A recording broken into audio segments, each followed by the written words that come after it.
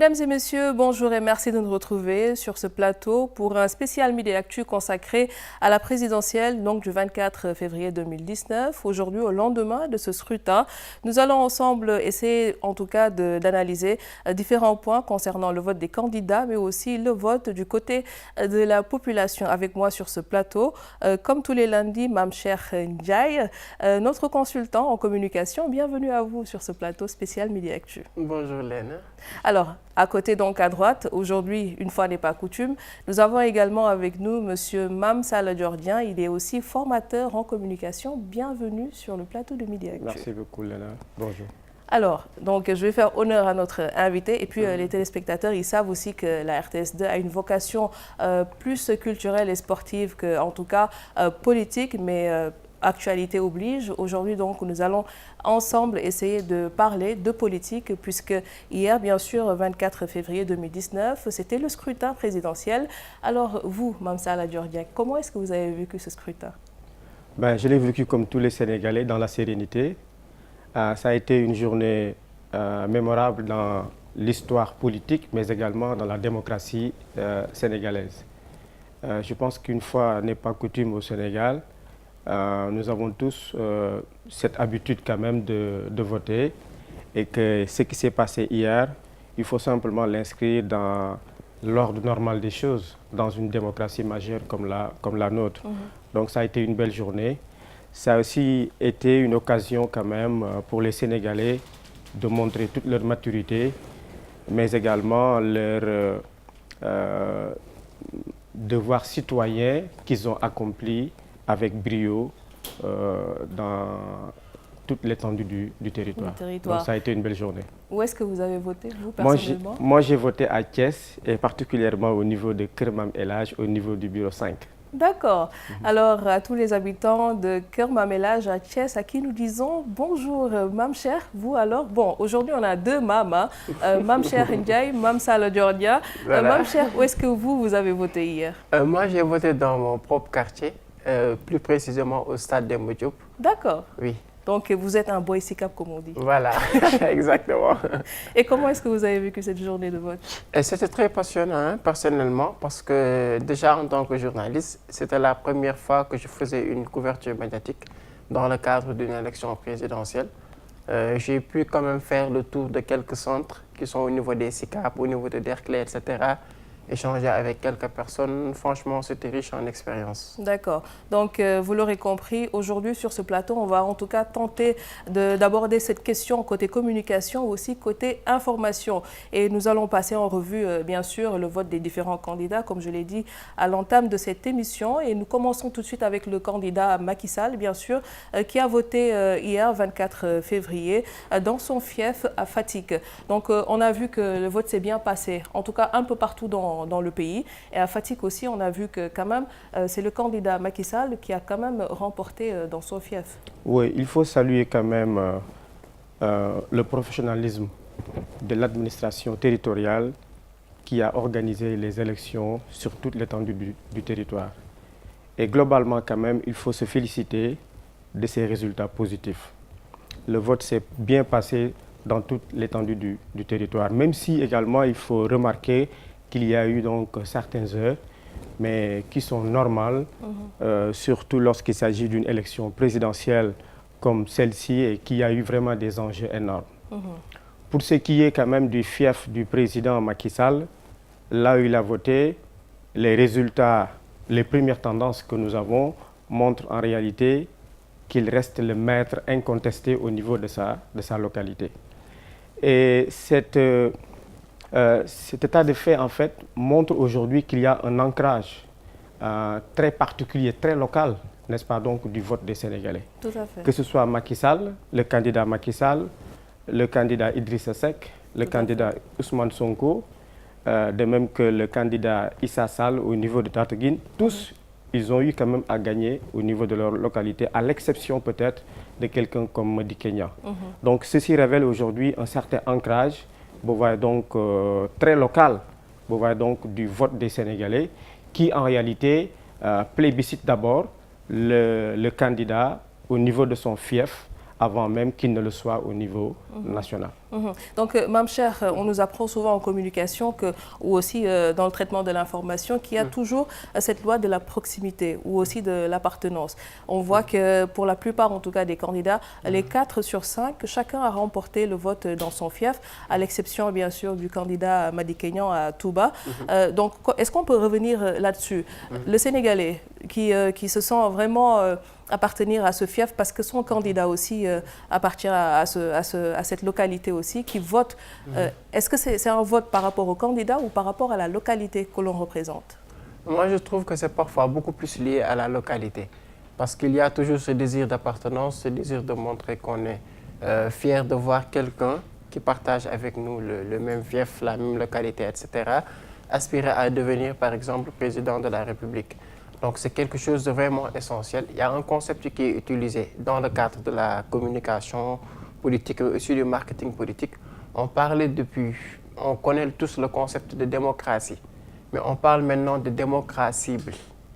D'accord. Voilà, c'est-à-dire le fait de cibler, d'avoir d'abord un message politique qui colle parfaitement avec les principes de la démocratie et à partir de là, d'essayer de faire un ciblage. Donc, le ciblage commence toujours par le fief, par le milieu dans lequel on se trouve. Et comme l'a dit Salah, ça montre à quel point est-ce que cet ancrage existe, mais aussi et surtout le fait que les Sénégalais sont toujours attachés à ça, au fait de voter pour la personne avec qui on partage la même localité, etc. Donc même dans leur communication, leur déclaration, en tout cas la déclaration des 4 candidats sur 5, ils ont tous montré de l'assurance en essayant de faire fi du fait qu'ils sont certains qu'ils vont remporter le vote au niveau de leur bureau, de leur fief, etc. Donc, ils étaient déjà très confiants et les résultats l'ont quand même prouvé. Et si on prend l'exemple de Dakar, on sait que Dakar, quand même, ça reste la capitale du Sénégal.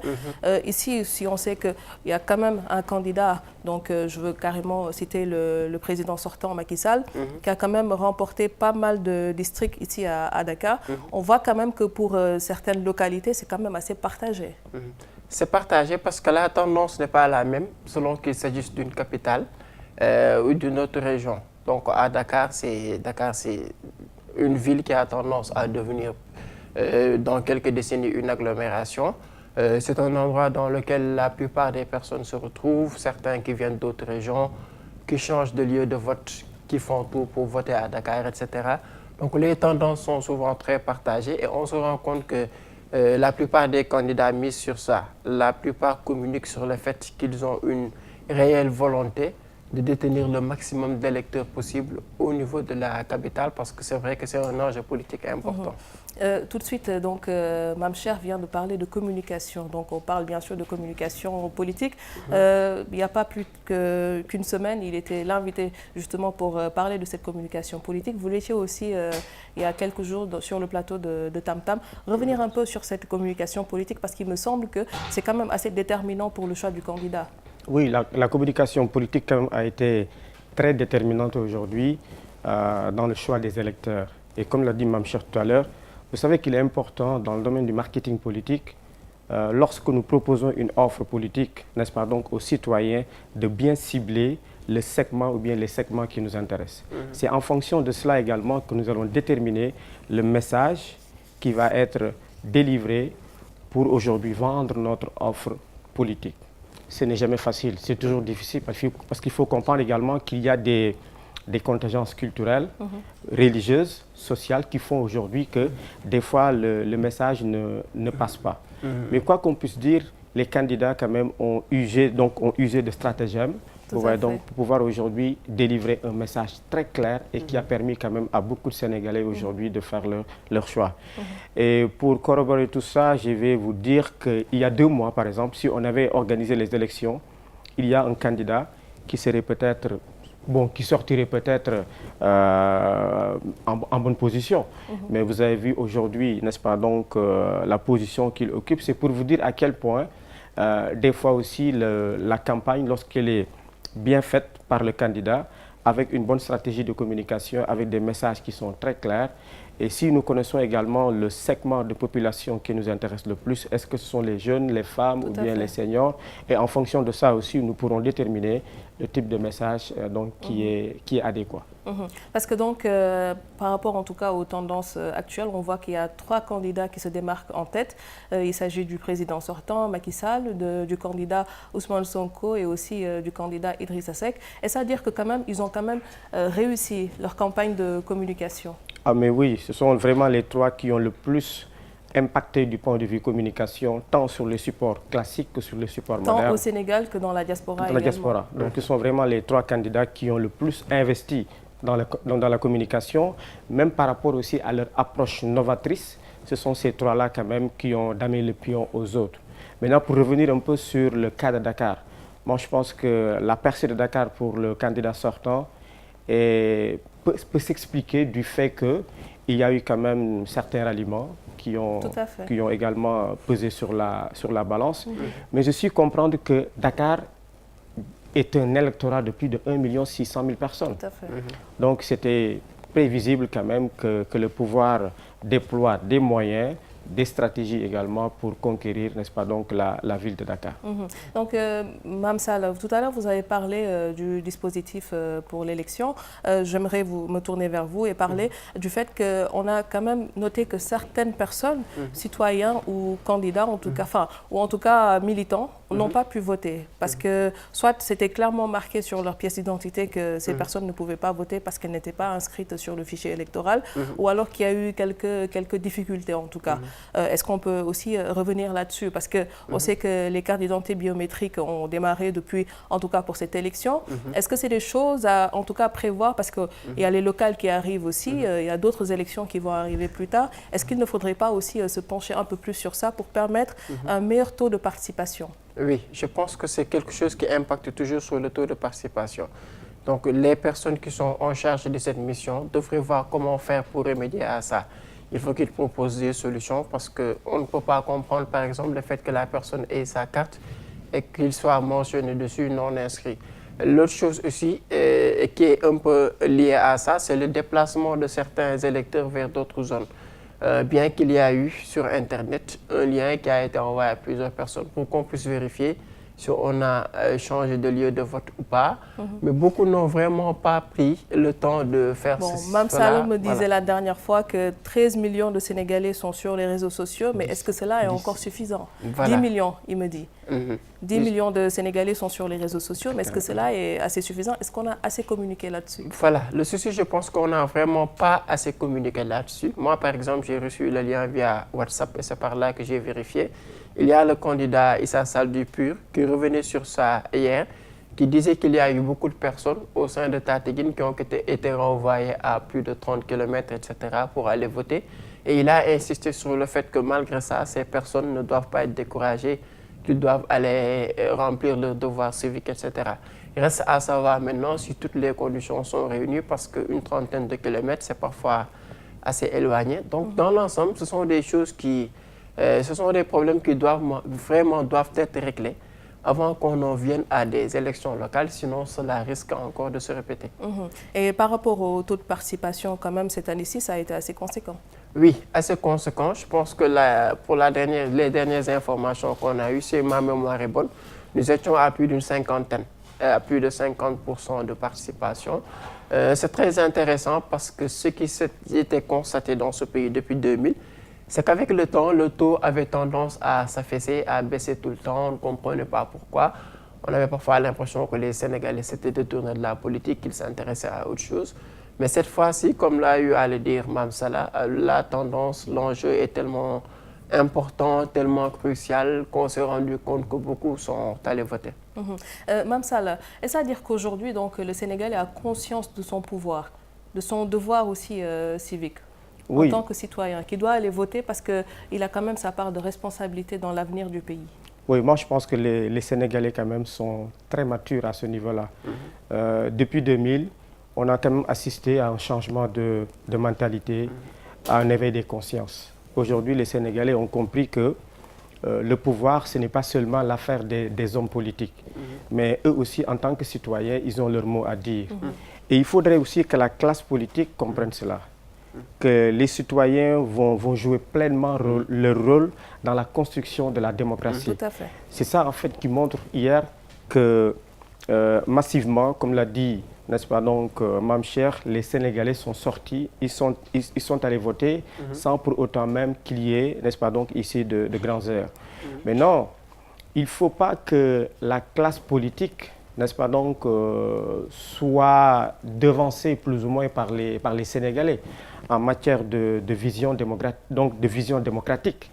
Il faut aujourd'hui que les hommes politiques comprennent que les citoyens, ils ont un droit de regard sur ce qui se fait dans la politique. Le pouvoir ne peut plus être géré aujourd'hui que par les hommes politiques. Tout à fait. Vous avez parlé des Sénégalais qui ont beaucoup parlé. Ça va nous permettre aussi d'aborder cette question de la médiatisation. Parce que récemment, vous aviez aussi parlé de l'importance des réseaux sociaux par rapport à cette présidentielle. Mais est-ce que ça n'a pas aussi, ce n'était pas un danger par rapport au fait qu'il y a eu beaucoup de fake news qui ont été véhiculées à travers les réseaux sociaux?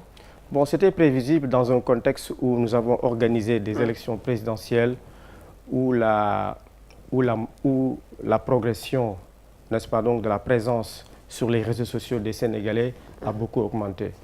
Bientôt, on ira à 4 millions de Sénégalais sur Facebook. 10 millions de Sénégalais sont présents tous les jours sur Internet. Ça, c'est une population extrêmement importante. Voilà pourquoi aujourd'hui, que ce soit les hommes politiques, n'est-ce pas, donc, ou même les acteurs citoyens, tous aujourd'hui ont compris que c'est un canal de communication extrêmement important où il faudrait être présent et véhiculer donc ces messages. C'est dans ce contexte également qu'il faut savoir que c'était prévisible ces fake news-là qui soient diffusés de partout. Maintenant, il faudrait que les Sénégalais aussi soient très mûrs et qu'ils comprennent que ce n'est pas toute information que nous voyons sur les réseaux sociaux qu'il faut croire. Donc, il faut une certaine maturité, mais il faudrait aussi que la presse joue son rôle d'avant-gardiste, joue son rôle également par rapport à l'éclairage, n'est-ce pas, donc qu'elle doit faire, donner la bonne information, expliquer aux citoyens et comprendre que nous sommes dans un processus de maturation des consciences, n'est-ce pas, donc sénégalaises. Et il faudrait que ces mutations en termes d'outils technologiques et de communication également ne puissent pas entraver cette mutation, cette conscientisation. Et ça, c'est le rôle quand même des acteurs de la presse que vous êtes, qui devraient également jouer leur rôle. Donc, c'est une responsabilité qui est aussi votre, Mame Cheikh, puisque vous êtes journaliste et aussi vous êtes très actif sur les réseaux sociaux. Mais est-ce qu'aujourd'hui, Internet n'est pas un couteau à double tranchant? Surtout quand on voit un citoyen qui va voter et dans l'isoloir, qui se permet quand même de filmer pour qui il a voté, le vote, il me semble qu'il est censé être secret. Il est censé être secret. C'est le fameux phénomène du selfie cause dont on parle. Les gens qui font du selfie dans les toilettes, dans les couloirs, partout. Mais on ne pouvait pas du tout imaginer que cela arriverait en 2019. C'est-à-dire que moi, je vois certaines personnes, par exemple, photographier les 4 bulletins des 4 candidats pour qu'ils n'ont pas voté, faire des statuts sur WhatsApp, mentionner ça sur Facebook. Alors que c'est quelque chose qui devrait rester secret. Pourquoi? Parce que je pense que la plupart des candidats ont eu à le dire, et surtout le président de la République et Idrissa Seck, sur le fait que nous avons une peuple qui est assez mature. Mais parfois, on se pose la question à savoir si vraiment cette maturité est là. Parce que voter, ce n'est pas... Si cette maturité est bien mûre. Voilà, si elle est assez mûre, c'est ça. Parce que le problème qui se pose, c'est que le vote, ce n'est pas une manifestation d'humeur. Ce n'est pas le fait d'aller voter pour sanctionner quelqu'un, pour montrer que je suis contre telle personne. Donc, je vais afficher partout sur les réseaux sociaux que j'ai voté pour tel autre. C'est une chose qui ne se fait pas. Donc, c'est déjà un problème. L'autre chose aussi, c'est que ce qui m'inquiète avec les réseaux sociaux, c'est le fameux phénomène des fake news déjà. Tout à fait. Et moi, je trouve que ce qui s'est passé, c'est comme si nous avons un jour eu accès à ces outils de façon ubuesque. Nous n'avons pas été préparés à ça. Nous sommes passés, comme l'a dit Salah tout de suite, à plus de 4 millions sur Facebook. Je me rappelle qu'en 2012, lors des élections, nous n'étions que 800 000 Sénégalais sur Facebook. Donc, entre-temps, les chiffres ont monté. Chacun veut s'improviser détenteur d'informations au même titre qu'un journaliste. Je me rappelle avoir vu une caricature dans la presse étrangère il y a quelques années dans laquelle il y avait un chef politique qui voulait faire un discours. Dès qu'il est arrivé, la première question qu'il a posée, c'est où sont les journalistes? Parce qu'il voit des gens avec des smartphones, des tablettes, tout sauf une caméra. C'est important de faire la différence entre un journaliste et un blogueur. Voilà, un journaliste et un blogueur. Il y avait non seulement des blogueurs, mais aussi des personnes qui veulent montrer à tous. Qu'on appelle entre guillemets les observateurs. Voilà, des observateurs, des gens qui sont dans des bureaux de vote, qui photographient les fiches des résultats, qui mettent ça sur Facebook pour montrer qu'ils détiennent en quelque sorte l'information. Parce qu'on a commencé à prendre conscience du fait que l'information en tant que telle est quelque chose de vraiment puissant. C'est la raison pour laquelle on parle de quatrième pouvoir en faisant référence à la presse. Donc quand on parle de pouvoir, cela suppose qu'il faut quand même une certaine maturité de la part de ceux qui le détiennent. On parle toujours de la presse, parce qu'ici aussi, il y a quand même une certaine presse qui a reçu des brimades hier par rapport à la prononciation, en tout cas, des premières tendances électorales. Donc ça aussi, revenir un peu sur le rôle des journalistes. Parce que quand on sait que tel média peut-être avance quelques tendances et que la population n'est pas forcément d'accord, qu'est-ce qu'il faudrait faire dans ce genre de situation? Oui, parce que la seule chose qui est essentielle et qu'il faut faire, déjà il y a Mme Saleh qui parle tout à l'heure du fait que le peuple ne doit pas devancer la classe politique. Je pense que c'est à peu près pareil, voilà, pour la presse. Il faut qu'il se limite au fait d'informer ce qui se passe. Il y a des gens qui sont dans ces bureaux de vote, qui comptent les voix, qui rédigent des PV, etc., qui remettent le tout à un mandataire qui lui aussi collabore avec d'autres personnes, etc. Donc il y a tout un processus avant que le résultat définitif et final ne soit promulgué. Donc il ne faut pas forcément que la presse rentre souvent dans une tendance tendant à trop analyser, trop commenter, etc. Les correspondants sont partout, ils ont accès au bureau de vote, ils donnent les résultats en direct. Je pense que c'est la chose la plus essentielle. Donc le reste revient aux commissions qui sont en charge de l'organisation de l'élection. Tout à fait. Mme Saleh, donc il me semble que la presse doit quand même se limiter au rôle d'informer, tout simplement, sans pour autant aller au-delà de ça. Alors ça, c'est quand même une des missions, en fait ça c'est l'une des missions premières de la presse, informer juste et vrai. Tout à fait. Sans limiter à ça quand même, je ne pense pas qu'on aurait dit de mal sur la presse sénégalaise. Mais quand même, il faut déplorer aussi le comportement de certains leaders politiques qui ont appelé quand même à la violence, à une certaine presse. Ça quand même, il faut carrément le dénoncer. Et c'est valable pour la presse audiovisuelle qu'écrite, parce que ce matin aussi, on a vu une certaine presse donner des résultats ou alors déclarer tel candidat ou telle situation. Ça, il me semble qu'il y a quelqu'un, une instance en tout cas, qui est habilitée à faire ce genre de déclaration. C'est-à-dire que ça, ce n'est pas le rôle de la presse. Et je suis vraiment désolé de le dire, mais la presse sénégalaise, elle a été manipulée pendant ces élections. Que ce soit, n'est-ce pas, donc les médias privés, surtout les médias privés, ça je vous le dis, mais aussi les médias, bien le média public. Il y a eu quand même cette manipulation et il faudrait que les professionnels de la communication que vous êtes, que vous essayez en fait donc ici d'assainir un peu le milieu et de revoir également, n'est-ce pas, donc le code de conduite, n'est-ce pas, donc du métier de journaliste. Vous n'avez pas la vocation de donner des résultats. Surtout dans des situations telles quelles. Ah mais oui, parce que ce sont des élections quand même qui ont beaucoup d'enjeux. Et c'est là où quand même je suis un peu désolé parce que au niveau de toutes les rédactions, il devait y avoir quand même une task force capable de comprendre aujourd'hui. Il fallait faire carrément une formation avant l'élection, il me semble. Parce que aussi, ce n'est pas n'importe comment qu'on fait un direct aussi. Ça, c'est très important. Ce n'est pas n'importe comment aussi qu'on se prononce sur un plateau. Je pense qu'il y a un code de conduite à respecter en tant que journaliste. Oui, ça quand même, il le faut. Mais moi, ce que je déplore le plus, c'est le fait de publier des résultats. Quand je dis publier des résultats, je ne parle pas des informations qui nous parviennent, n'est-ce pas, donc, sur le terrain à travers vos correspondants. Bon, moi, je me dis que ça, il n'y a pas de souci. Ça sont des informations qui sont vraies, publiées, que vous ne faites que rapporter.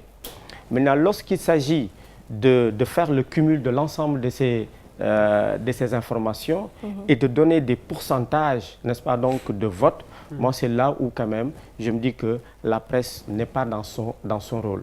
Elle devait simplement se limiter, n'est-ce pas, donc, à rapporter les informations provenant des différentes localités du Sénégal et s'en tenir maintenant à la décision de l'institution habilitée, n'est-ce pas, donc ici à faire le cumul et à donner des résultats. Et c'est là où véritablement la presse donc a pêché.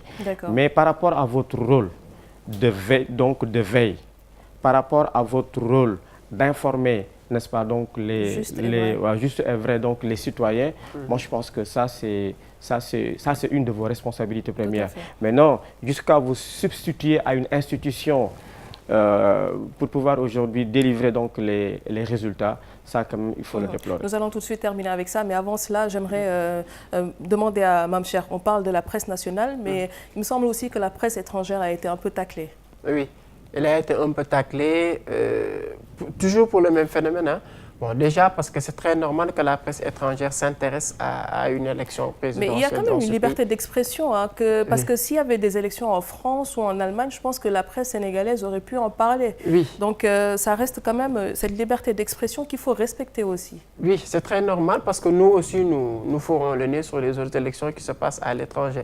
Donc ils ont leurs correspondants ici, dans ce pays, on les voit partout quand on va dans des conférences de presse, dans les bureaux de vote, souvent la presse étrangère est présente pour observer, pour informer, etc. Mais l'essentiel, c'est que tant qu'elle ne pousse pas le bouchon trop loin, là, ça va. Donc, c'est exactement ce que vient de dire Mame Salah. Donc, quand elle ne verse pas dans une tendance allant dans le sens de parler de pourcentage, ou en tout cas de titrer d'une certaine façon qui rend compte du fait qu'il parle de résultats définitifs. J'ai fait le constat aussi bien avec la presse étrangère, pas tous les organes quand même, mais aussi avec la presse écrite. Parce qu'il y a certains titres qui choquent parfois, ou certains titres qui montrent exactement, si la personne sait lire entre les lignes, de quoi est-ce qu'il s'agit.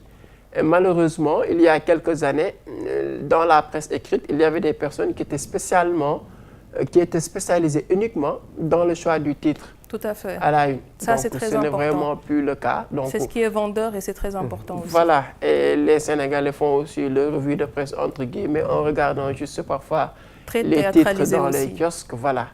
Et ils tiennent compte de tout ce qu'ils voient à la une. Je pense que c'est quelque chose sur lequel la presse écrite et parfois la presse étrangère, au niveau même d'Internet, c'est quelque chose à revoir quand même. Je pense que nous allons terminer avec la question de la responsabilité, que ce soit du côté des candidats, du côté de la presse et du côté aussi des citoyens. Parce que je pense qu'à cette heure-ci, il n'y a pas encore de résultats définitifs. Et vous êtes d'accord avec moi pour dire que c'est le Conseil constitutionnel qui est censé donner ce résultat? Effectivement. Ah oui. C'est vraiment l'organe aujourd'hui qui est habilité donc à donner des résultats. Voilà pourquoi il faut condamner, que ce soit du camp de l'opposition, même du camp du pouvoir, des informations, n'est-ce pas, donc donnant je pense que le Premier ministre, il a quand même annoncé un pourcentage de 57%, mais il a précisé que c'était provisoire. Oui, moi je pense que dans une logique d'apaiser un peu les tensions, ça aurait été quand même responsable des deux camps, que ce soit l'opposition comme le pouvoir, d'attendre aujourd'hui la proclamation des résultats faits par le Conseil constitutionnel. Votre point de vue, rapidement, Mame Cheikh? Oui, moi je trouve que c'est exactement ça, hein, du point de vue qu'il y a le Conseil constitutionnel qui détient les derniers mots.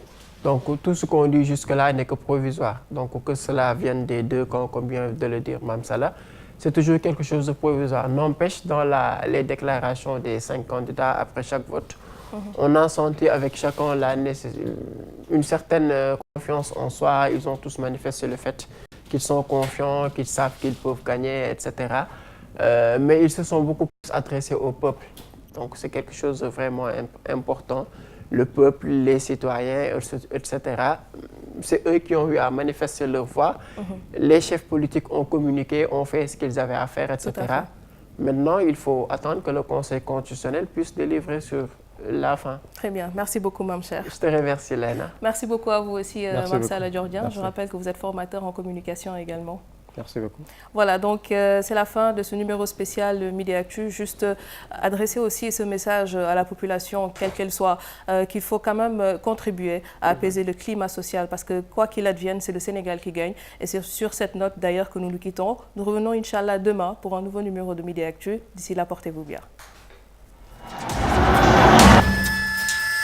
Assemblée nationale, le nombre des députés.